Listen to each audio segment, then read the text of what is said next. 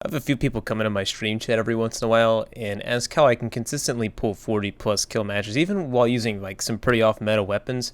And I give some general pointers, but I always said I will make this video, but I never actually did it until, well, now. So I'm going to be going into some topics of interest, mainly regarding things you might be doing wrong, things that may seem right but are actually detrimental to the high kill count matches, and things that I would consider to be good or better habits in regards to this. So let's take a look at what I would consider some absolute staples for a decently scored match, and I'm referring to like 45-50 plus kill range. Beginning off, we'll start with map flow in control, and this relates to how the map is being played in flowed, semicolon, objective presence or lack thereof by both teams, spawn cycling, again, or lack thereof, and team population presence in key locations and power positions of the map. For example, a team having control in the middle of the map in convergence, with two flags capped the home base and the B flag, forcing a repeated spawn, and my team is not AFK in their spawn. Consistent and steady flow of kills and or assists.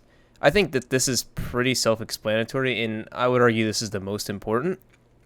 But I really didn't want to make this a video just telling people, get a lot of kills, lol, because that would make for trash content in a waste of 20 seconds.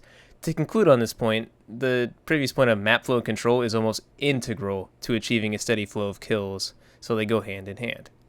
Next up is fundamental understanding of what engagement you should be entertaining. If I have a scout rifle and a sniper rifle, I really probably shouldn't be entertaining many close quarters engagements due to understanding fundamentally how range mechanics and aim assistance work. Likewise, with a hand cannon and a shotgun, I'm probably going to be forced to be taking different routes and execute different routines on a map.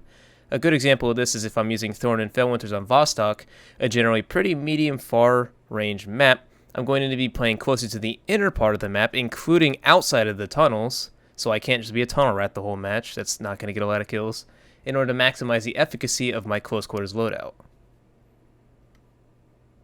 Awareness and positioning. This also goes hand in hand with the whole map flow in control point, but it kind of falls under a different category, and I argue this functions more in definition towards paying attention to certain events in the match, such as enemy supers going off, counting kills in a spawn, understanding when to rotate to the next spawn, paying attention to where your enemies and teammates both died, by paying attention to like the skulls on the game world or like the kill feed.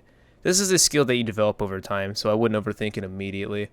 With these points in mind, I feel the need to elaborate that these are things I feel have a very high weight to them, and you as a player may feel differently. Something else to consider is that a player who can consistently pull at these score lines is probably already doing all these things subconsciously out of intuition. Consider this to be heavily opinionated from this point forward, because it's going to be. If you feel that I'm dumber than a brick, thank you for the ad revenue. Beginning with map flow in control, I want to start off by explaining what this actually looks like or sounds like, for me at least. An ideal map flow for me, from the start of the match on, say, Endless Vale, for example, is like it's a nice entry frag or 4 down mid to begin the match, assisting my team in capturing the B flag and then cycling spawns from that point forward, never pushing past a certain threshold of aggression, or we'll call it like a safety donut or something, in order to maximize the amount of respawns that the enemy team gets in a single region before my team decides to W key at their flag, because that's what players do in control. Some maps, however, are not so friendly to this concept. Maps such as Meltdown or Solitude can have multiple spawn regions, we'll call them, that are both offset and onset flags, and this can be a bit tricky, but with a bit of experience and practice and review, you can pretty easily learn how to cycle these maps and predict the next spawn regions pretty effectively. Continuing on to the topic of fundamental understanding of engagements, this is where this video becomes a little less effective, because different players have different playstyles and thus different preferences of engagements, ranges, and routines of execution. The best advice I can give you on this is just not to waste more than 4 to 5 seconds on a single kill, and you shouldn't force yourself to be in a quote danger zone unquote for longer than 8 to 10 seconds at a time. What I would consider a danger zone, I would textbook a danger zone as an area where you're prone to being shot by multiple angles and engaged by multiple enemies within, let's say, an engagement range greater than 180 degrees. AKA, don't be in the montage zone unless you're about to hit a clip or you're going for a clip. And I need to take this moment to outline that montaging is a very, very different approach than going for high frag games, and this is something that a lot of people don't understand. I'm not going to belittle anyone, but it's very important to know this, so keep this in your mind. Moving on to the next important point, awareness and positioning. These are two things that some people definitely struggle with, but I'll give some pointers as to what you should be actively or subconsciously paying attention to. Where your teammates have died, the skulls in the game world are a good pointer to this. This will show you where the enemies may be pushing from in case you're completely lost. Next point is where your teammates have gotten kills at, easily deduced by looking for their nameplate in the game world after looking on the kill feed.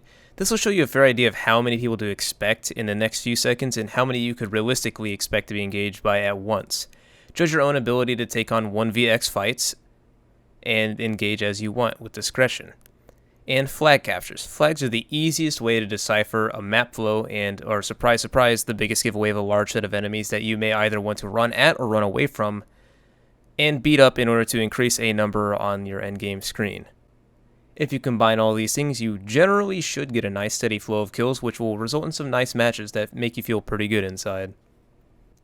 So I have some notes to bring up, and I'm probably just going to rapid fire these, so ingest them how you want.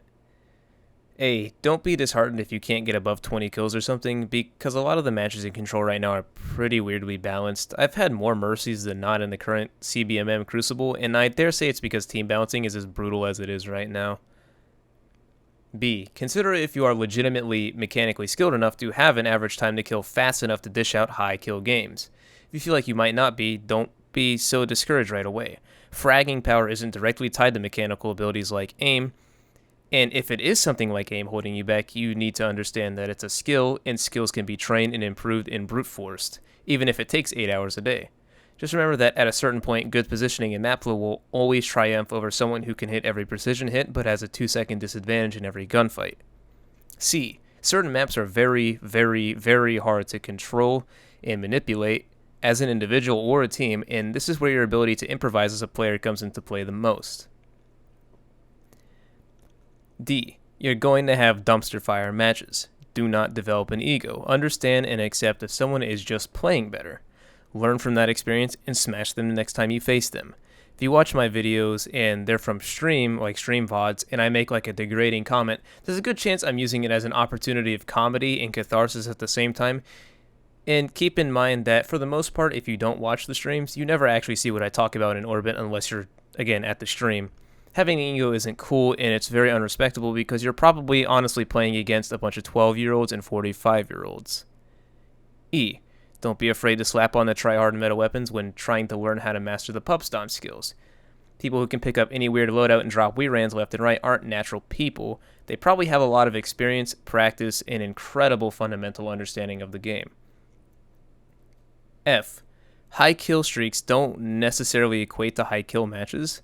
Sometimes it's better to take a trade in a 1v4 and take the 6-second respawn timer plus the 5 seconds it takes to get back into the fight than it is to waste 35 seconds trying to evade the death and not getting any kills. This is a judgment call, and it's entirely up to your ego if you want to die or not. One time to potentially double your kill count for that match. So hopefully this video was enough to cover a lot of the bases that I go through when I think about fragging out in Crucible. I honestly have no clue how to extend or end this video. In any case, I appreciate the watching, guys, and I'm going to catch you guys later. Appreciate it. Thanks for 10,000 subscribers. I didn't even think I'd hit 1,000 when I started this channel, so I guess that's just how the dice roll.